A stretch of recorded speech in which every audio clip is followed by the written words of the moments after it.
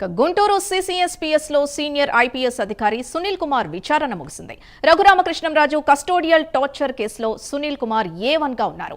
5.5 గంటలుగా సునీల్ కుమార్ ని విచారించారు.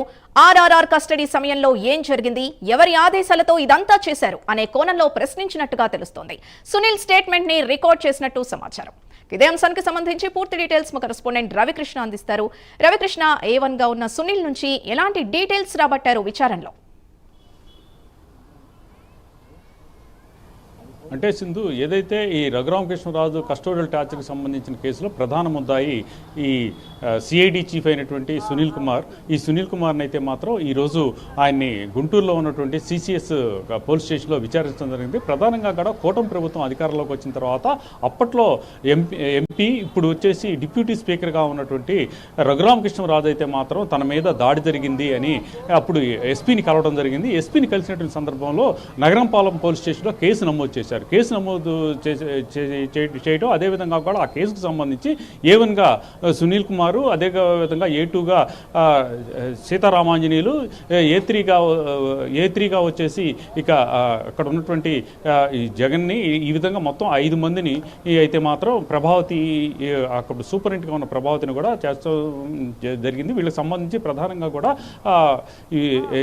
ఈ కేసుకు సంబంధించిన వ్యవహారంలో మాత్రం ఈరోజు ఉదయం 10 గంటల 45 నిమిషాల నుంచి సాయంత్రం 4 గంటల 15 నిమిషాల వరకు కూడా విచారించడం జరిగింది సునీల్ కుమార్ని విచారించినటువంటి సందర్భంలో విచారణ అధికారిగా ఉన్నటువంటి ఈ దామోదర్ నాయుడు, ఎస్పీ దామోదర్ నాయుడు అయితే మాత్రం పలు అంశాలను అయితే మాత్రం ఆయన ముందు ప్రస్తావించి దానికి సంబంధించినటువంటి ఆధారాలన్నీ కూడా చూపిస్తూ ఆయన్ని విచారించినట్లుగా కూడా మనకు వస్తున్నటువంటి సమాచారం. ప్రధానంగా కూడా కస్టోడియల్ టార్చర్ చేయడానికి ప్రధాన కారణం ఏంటి, అదేవిధంగా కూడా ఒక ఎంపీ స్థాయి వ్యక్తిని CID ఆఫీసుకు తీసుకొచ్చిన తర్వాత ఆ రోజు అర్ధరాత్రి పూట అతని మీద దాడి చేసిన మాట వాస్తవం కాదా, సునీల్ కుమారు రాత్రి 2:30 టైంలో CID ఆఫీస్కి రావటం, అతనితో పాటుగా కూడా ప్రైవేటు వ్యక్తులు కొంతమంది రావటం అనేది నిజమా కాదా, అతనితో పాటు సునీల్ కుమార్తో పాటుగా కూడా ఇక తులసి బాబు అనేటువంటి ఒక వ్యక్తి కూడా వచ్చాడా లేదా, వీటి అన్నిటికీ కూడా తమ దగ్గర ఆధారాలు ఉన్నాయి.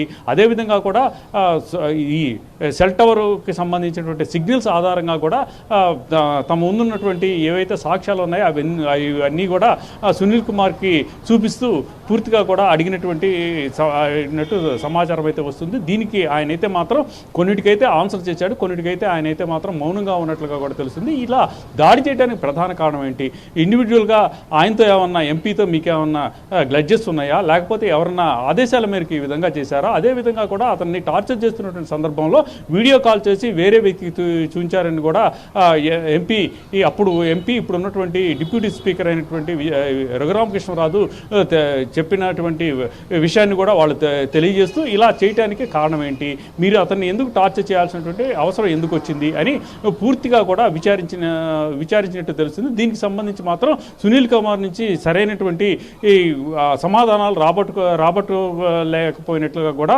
మనకు వస్తున్నటువంటి సమాచారం. దీనికి సంబంధించి దామోదర్ నాయుడు అయితే మాత్రం ఇప్పటివరకు మీడియాతో అయితే మాట్లాడలేదు. అదేవిధంగా కూడా సునీల్ కుమార్ విచారణ పూర్తయిన వెంటనే కూడా ఆయన ఇక్కడి నుంచి వెళ్ళిపోయారు. అది కూడా కారు మొత్తంగా కూడా డోర్లు కూడా పూర్తిగా కూడా క్లోజ్ చేసుకొని వెళ్ళిపోయాడు. ఇప్పుడు దీనికి సంబంధించి కొద్దిసేపట్లో ఈయన దామోదర్ నాయుడు ఎవరైతే విచారణ అధికారిగా ఉన్న దామోదర్ నాయుడు దీని మీద ఒక విచారణకు సంబంధించిన విషయం మీద క్లారిటీ ఇస్తారా లేదా అనేది వేచి చూడాల్సినటువంటి పరిస్థితి కనపడుతుంది. ఏది ఏమైనప్పటికీ కూడా కస్టోడియల్ టార్చర్ విషయంలో మాత్రం ప్రభుత్వం చాలా సీరియస్గా ఉంది. దీనికి ఒక సొల్యూషన్ తీసుకురావాలి, ఎవరైతే నిందితులు ఉన్నారో వాళ్ళకి కంపల్సరీగా కూడా శిక్ష విధించాలని చూస్తుంది. దీనికి సంబంధించి ఇప్పటికే అప్పట్లో ASPగా ఉన్నటువంటి ఈ వ్యక్తిని అయితే మాత్రం ఇప్పటికే ఆయన ఈ రిమాండ్కి కూడా పంపించారు. అదేవిధంగా కూడా తులసి బాబు కూడా రిమాండ్కి వెళ్ళినటువంటి పరిస్థితులు ప్రజెంట్ అయితే మాత్రం ఈయనకి సంబంధించినటువంటి ఏదైతే విచారణ ఉందో అది చాలా కీలకంగా మారేటువంటి అవకాశం అయితే ఉంది.